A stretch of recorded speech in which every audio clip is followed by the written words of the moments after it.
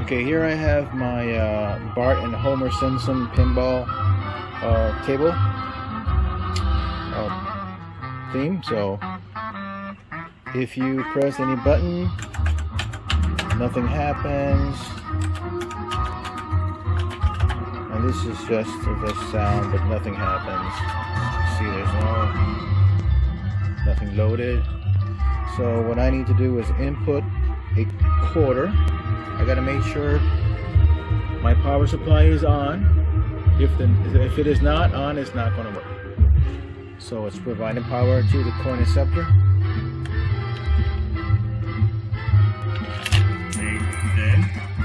Okay, now you see there is a credit of 1. Now the start does operate.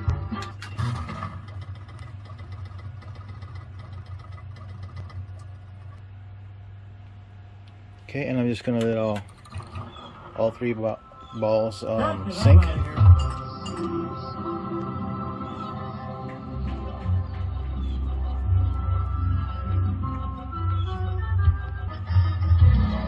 There you have it. All balls have been expired. Okay, hit one of the flipper, the plunger. Just keep your whole mouth shut. Now we have credits of 0. Nothing happens. And nothing happens until I input another coin. Okay, good. Yep. And there you have it. 1 more credit. If I want to put another coin, now we got 2 credits. And as you can see, it's working pretty good. Now I'm going to talk about how I interfaced the coin acceptor with the IPAC-2 board and the Future Pinball software. For security purposes, I used a relay because I considered the 11 volts I was putting out the coin acceptor would damage the board. So I came up with the relay circuit. And all you need is just about 3 volts to activate the relay circuit, and it would function correctly. And doing the analysis, I came to the conclusion that when I put a coin through the coin acceptor, it provides about between 3 and 3.5 volts every time I put a quarter through, enough to momentarily activate that relay and act as a push button to simulate that there is a coin inserted into the pinball and activate the game. So without further ado, when you get that software from the IPAC website, you have to download that and install it so you can control the IPAC settings. WinPack version 2, WinPack. This is the board itself. These are all the pins on the board. This is player 1 side, player 2 side. This is very important. This tells you what keyboard or what key on the keyboard is mapped to what section here. So in my case, I want to program the coin acceptor. I used first player switch number 7. When you click on that, you see it's changed to the letter C, the C key on the motherboard, on the keypad. So that's what I'm using. Keep in mind this letter C. That's why in the programming in the Future Pinball, you're going to see that again. And then you got the plunger. The plunger is programmed to, I believe it's 1B, which is the enter. Every time I hit the plunger key on the pinball, it'll activate the enter key, which eventually launches the ball, and so forth. So we get out of here.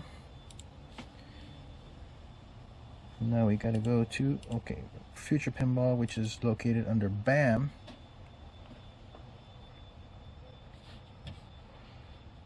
You don't have to open a table. You go to preferences, game key and controls. Okay, remember the letter C was linked to the coin acceptor, which it's right here. Insert coin 1 is linked to C. You got a second coin and a third coin. So I'm going to link one of these two buttons to another button that I'm going to use for free play. So that way, I mean, anybody can play. You just use pressing the free play button, and you don't have to insert a coin. It's just for me to save, you know, a couple of quarters here and there, just like as a piggy bank. I'm going to show you how to program these. Let's say I'm going to change the letter C. This does not affect anything on the IPAC-2. This is only for the future pinball settings. So you put in this. Now it's ready to accept a new key. I'm going to press the M key on the keyboard. Now the insert key is mapped to the letter M, or the M key on the keyboard. If I were to insert a coin into the coin acceptor, it would not activate or do anything.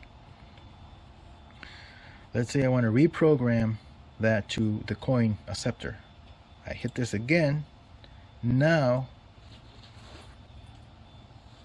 it's ready to accept the command from the coin acceptor. Remember the connection I did?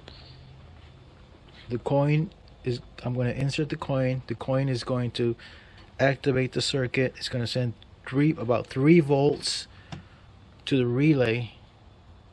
The relay is back here. The relay is going to switch or going to close momentarily, providing the same motion as if I were to press the button, a quick press. So that's going to activate the coin in the machine or the game. So I'm going to place this here, and okay, now it's been activated. The coin acceptor has been linked to the insert coin 1. Same thing would apply if it's, say, you got the left flipper, which is mapped to the cursor left. I'm going to click on that, and I'm going to reassign it to M. So now it's reassigned to M. I'm going to click on it again. I'm going to press the left flipper button, and it's reset back to where it was, cursor left. So that's basically it, how to program it. You can do that with every single button on your pinball machine. You just got to make sure that that actual button is mapped or connected to one of the buttons, one of the connectors on the IPAC. In this case, I'm using the IPAC. In other scenarios, like I mentioned before, I use this. It's a little different. The coin acceptor does actually connect directly to this, and it works. It's just a different way to do it. But that's how I did this. So hope this helps somebody out, and thanks for watching.